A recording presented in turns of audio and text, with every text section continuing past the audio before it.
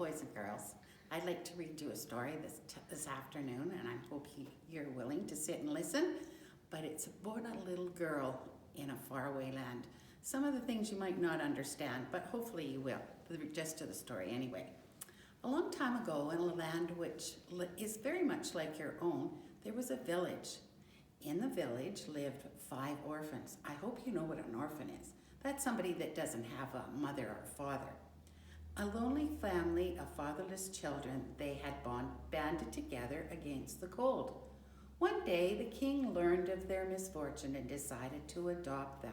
You know what that is, don't you? That's when a boy and girl doesn't have a mom and dad, and somebody decides to bring them into their family. He announced that he would be their father and would soon be coming. When the children learned that they had a new father, and their father was a king, and the king was coming to visit, they were wild with excitement. When the people of the village learned that the children had a father, and that the father was the king, and that the king was coming to the village, they were excited as well. They went out to see the children and told them what to do. You need to impress the king, they explained. Only those with great gifts to give will be allowed to live in the castle. The people didn't know the king. They just thought all kings wanted to be impressed. So the children began preparing gifts to offer the king. They worked long and hard to be sure the king would be approved. One of the children that knew how to carve decided to give the king a wonderful work of wooden art. He set his knife against the soft bark of the elm and whittled. The small block of wood came alive with the eyes of the sparrow or the nose of a horse. His sister decided to present the king with a painting that captured the beauty of the heavens, a painting worthy to hang in the castle. Another sister chose music as her way to impress the king. The long hours she practiced with voice and mandolin, village people would stop at her window and listen to her music, take wing and soar. Yet another child set out to turn the king's head with his wisdom.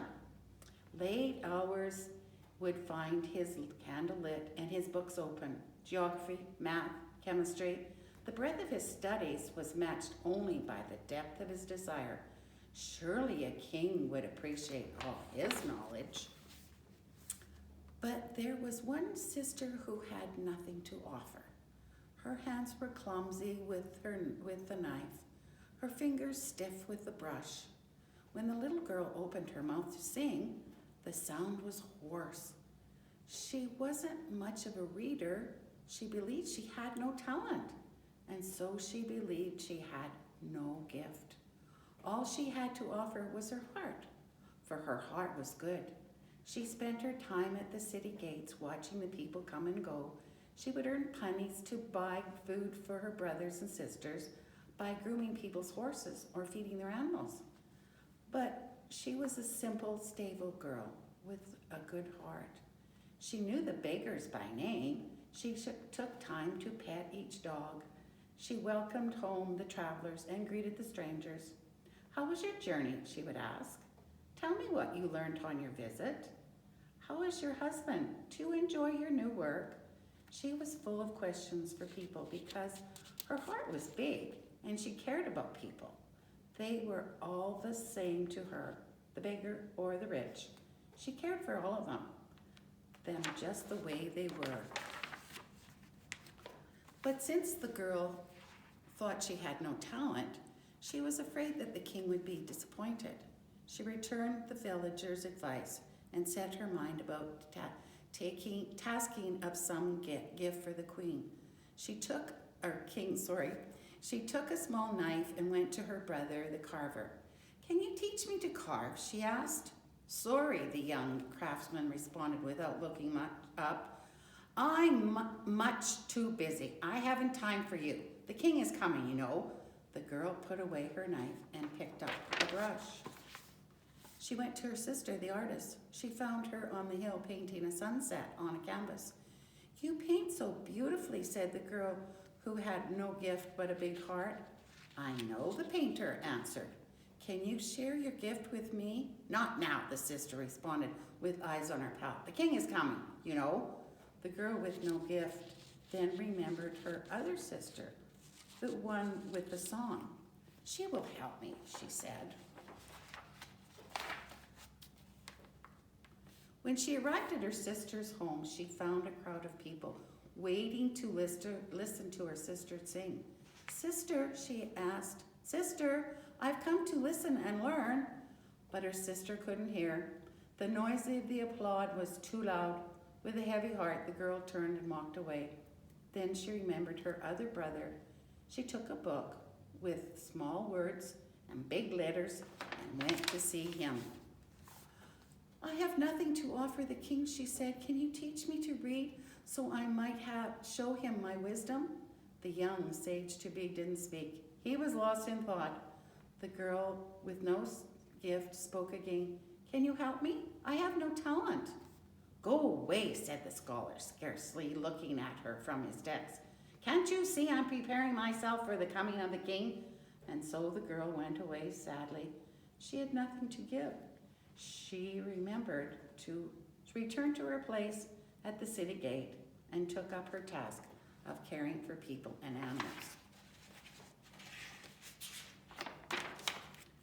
After some days, a man in merchant's clothes came to the small town.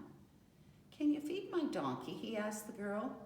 The orphan jumped to her feet and looked into the brown face of the one who had traveled far. His skin was leather from sun. His eyes were deep. His kind smile warmed the girl's heart. That I can, she answered eagerly, leading the animal to the trough. Trust him to me. When you return, he will be groomed and fed. Tell me, she asked as the donkey drank, have you come to stay? For only a while. I'm looking for someone. Are you weary from your journey? That I am. Would you like to sit and rest? The girl motioned to the bench near the wall. The tall man sat at the bench, leaned against the wall, closed his eyes and slept. After a few minutes, he awoke and found the girl sitting at his feet, watching his face. She was embarrassed that he had caught her staring. She turned away.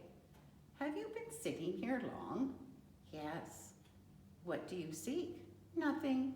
You seem to be a kind man with a peaceful heart. It's good to be near you. The man smiled and stroked his beard. You are a wise girl, he said. When I return, we will visit more. The man did return quite soon. Did you find the ones you were seeking? The girl asked. I found them, but they were too busy for me. What do you mean?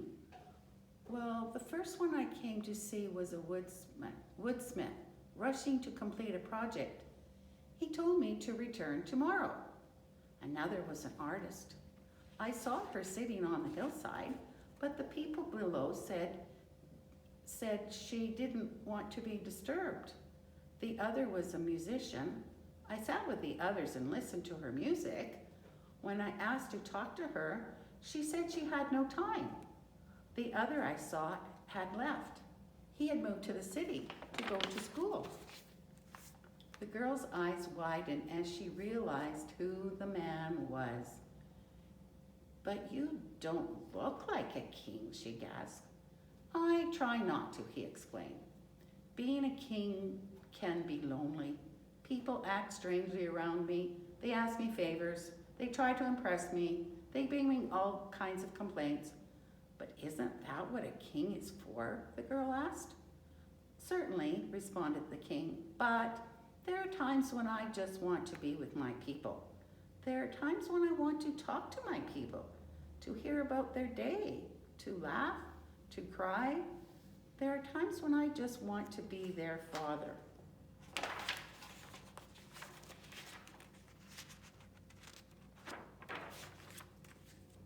Is that why you adopt children? That's why. Adults think they have to impress me. Children don't. They just want to talk to me. They don't know that I love them just the way they are. But my brothers and sisters were too busy. They were. But I'll come back. Maybe they'll have time for me another day. The girl hesitated. Sir, what about me? I have no gift, but I would like to be your child.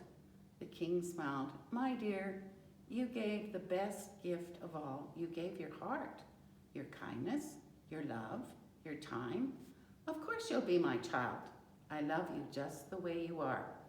And so it happened that the children with many talents had no time, missed the visit of the king, while the girl whose only gift was a gift of her heart became the child of a king.